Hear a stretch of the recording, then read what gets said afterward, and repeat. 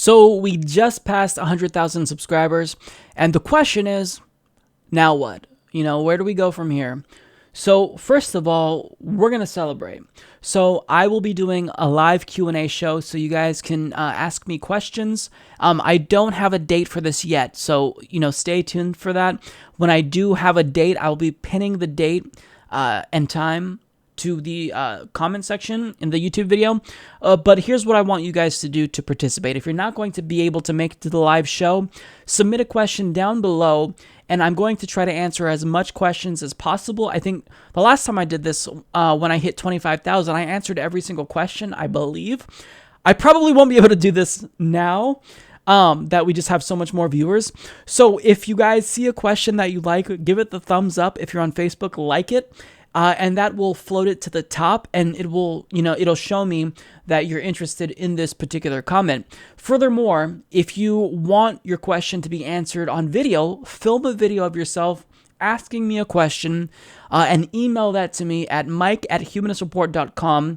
And I will try to answer that, as long as you're not doing anything crazy, showing your booty hole on camera or something. I'll probably answer the question. So yeah, we will have fun. We'll do a live show. It will probably be the week after next. But again, I'll have a concrete date and time in the video link down below. And also, if you follow us on Twitter and you are part of the Humanist Report Facebook page, I will be making an official announcement of the date and time then. Now, second of all, what next is in store for the Humanist Report? Well, one of the things that I don't know if I can spill the beans on, but I've been holding it back forever now, and I'm ready to. So within probably the next month or so, the Humanist Report will be expanding to a brand new venue. And that is, we will be getting our own channel on Roku.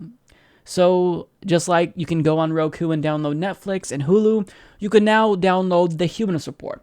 So I don't know when that's going to be live. I've been working on this with a team who's kind of using me as a guinea pig. And my channel is a guinea pig, and eventually, we're going to try to monetize it.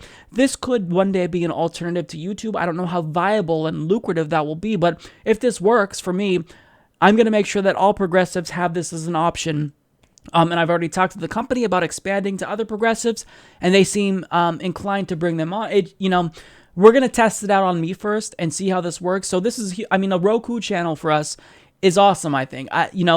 In terms of what the benefits will be of using the Humanist Report Roku channel, other than just using the YouTube channel and watching Humanist Report videos that way, we're testing it out. We're trying to see what works, what people like, but this is something that I'm excited about. It's something little, but, we're getting our own Roku channel. I think that's pretty cool. Now, another thing is I recently stated that I joined a network, and people have been wondering, what the hell is up with that? So now I'm going to tell you, but before I tell you what network I joined, I will tell you why I thought it was important to join a network. So for me, I never intended to join a network because I think that it is something that a lot of YouTubers get duped into doing. They take, a certain portion of your ad revenue, and I feel like they don't really deliver much of a service to you. However, as you begin to grow, you get more vulnerable to corporate entities that try to take you down. So I've had a couple of videos where I've had the legal teams of gigantic news organizations, well, their legal department basically threatened to shut down my channel if I don't demonetize their video. So for example, I had one video where I played about a 30-second clip of an interview of Donald Trump, and the company filed a copyright claim, and I clearly, I appealed that claim because it's fair use. I'm allowed to use a clip if it is a jumping point for discussion, and they said, basically we disagree and we want to challenge you on that. At that point, my hands are tied. Even if I'm in the legal right, and if I am abiding by the fair use doctrine in a way that is completely legal, just the legal fees alone would destroy this channel, bankrupt it.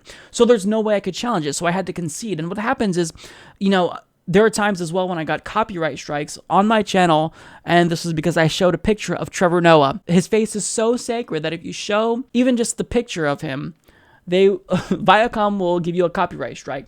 So what a network partner provides you with is they can kind of shield you from this. So if I get a copyright strike, without a network partner, there's no one I can call when something goes wrong. But with a network partner, there is someone that I can call. And throughout the course of my time on YouTube as a YouTube host, I've gotten probably more than 25 different offers from companies, some who literally tried to bribe me. I'm not kidding. They said, sign a contract, Mike. We will take nothing from you, no revenue, and we'll give you money. We'll give you $1,000 today if you sign. I walked away from all of those because if it sounds too good to be true, it probably is. And I'm not looking to sign a network that's going to change my content. That was basically part of it. All of these contracts that I read through with all the legalese and whatnot, I didn't trust it. So there was no way I was going to sign anything that, would force me to surrender control of my channel or impact the content. And I never felt easy about the network partners that made offers. So now it comes to the network. Which network did I join? So there were 2 networks that I was willing to join. Small networks, progressive networks. One of them was the Ring of Fire. The other was TYT Network. And this is because, unlike the other networks, those 2 networks, they only have about 12 different network partners. So you don't have to be one of 1,000 people to call them if something goes wrong. You have direct contact with them. So I have to send a huge thank you to another YouTuber for making this happen. So Kyle Kulinski of Secular Talk, he's part of TYT Network. He put in a good word for me, and without him, this wouldn't have happened. But I have officially joined TYT Network. Now, TYT Network had a contract that's 2 pages. It was very clear that in signing with TYT, they actually will protect me and I'll be getting something in return. Now, what does this mean for the Humanist Report? What changes about the Humanist Report now that we're part of TYT Network? Nothing. Literally nothing. Content doesn't change at all. In fact, we just have protection now, and it might help us grow even faster because it could give me the opportunity to be on, the main show, which would expose a bigger audience to the Humanist Report. And my content stays the same. I don't have to worry about anything. And if I get a copyright strike and I have a legal team threatening to shut me down, I can call up the Young Turks and they can come to the rescue. And I feel a lot better. And, since I've joined, they've been great. And I've already seen, since they've been really trying to share my videos, I've seen a lot of growth. The thing about a network partner is that, you're a partner. So you're co-equals in this relationship. So this doesn't mean that TYT owns the Humanist Report. And part of the reason why I joined TYT is because they have a contract where I can get out of it. You're not backed into a corner, which is great. Now I have, I don't see myself leaving because I think that they've been incredibly helpful just in terms of little details about things, just saying, hey, Mike, if you put the Humanist Report in the tag section of your video, this will really help to kind of link your videos and you'd get more suggestions. So little things like this that have just been tremendously helpful and they've been incredibly kind. So I'm very, very excited. Again, huge shout out to Kyle. He is the one that made this happen. He's the one that put in the good word for us. Without him, we would not be part of TYT.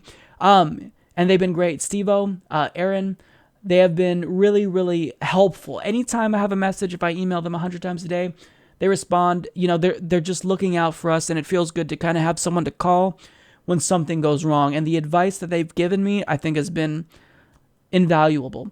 So, these are kind of the things that are coming with the channel. Just big things to help us grow. Nothing is changing. But that doesn't mean that I do want to grow the show in other ways. I'd love to have a co-host one day. I'd love to host maybe different types of podcasts in addition to the Humanist Report on this channel.